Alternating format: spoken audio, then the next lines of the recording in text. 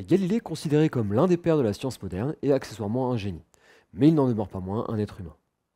À la fin du XVIe, début du XVIIe siècle, il étudie la chute des corps et démontre par une célèbre expérience de pensée que la théorie d'Aristote, qui disait que plus un objet est lourd, plus il tombe vite, ne pouvait pas être vraie, car elle conduisait à un paradoxe.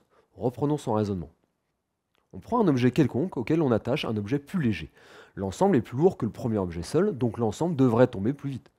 Sauf que si le premier objet tombe plus vite que le second plus léger, la corde se tend et l'objet plus léger va freiner l'objet plus lourd.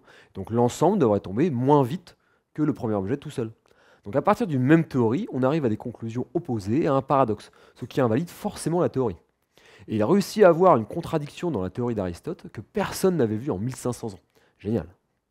Quand il s'attaque au géocentrisme, l'un des principaux arguments en la faveur d'une Terre totalement immobile était qu'on ne ressent aucune perturbation liée au mouvement de la Terre.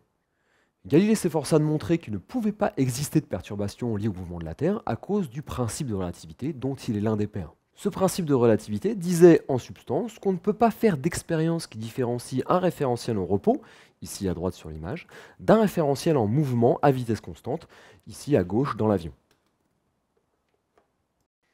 Alors qu'en fait, non seulement ces perturbations existent, mais en plus elles prouvent très précisément que la Terre tourne sur elle-même.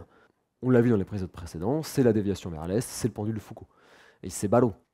En fait, Galilée généralisait ce principe de relativité aux mouvements circulaires uniformes, alors qu'il s'est avéré valable uniquement pour les mouvements rectilignes uniformes. Là était son erreur. Mais après s'être forcé de montrer que la rotation de la Terre sur elle-même ne pouvait pas offrir d'effets mesurables dans les premiers chapitres de son livre traitant l'héliocentrisme, il tenta d'expliquer dans le dernier chapitre que les marées étaient dues à la rotation de la Terre sur elle-même. Comme quoi, même pour un génie comme Galilée, il est toujours plus facile de voir les contradictions des autres, la chute des corps d'Aristote, que les siennes. Je vous laisse quelques minutes pour réfléchir à ça. Galilée sera condamné par l'Église et devra abjurer des thèses héliocentriques lors d'un procès en 1633. Le bûcher lui sera épargné, contrairement à Giordano Bruno, vraisemblablement car il était ami avec le pape de l'époque. C'était vraiment une autre époque où les puissants et leurs amis avaient des traitements de faveur face à la justice. Heureusement que ça n'est plus du tout comme ça aujourd'hui. Plus du tout. Non.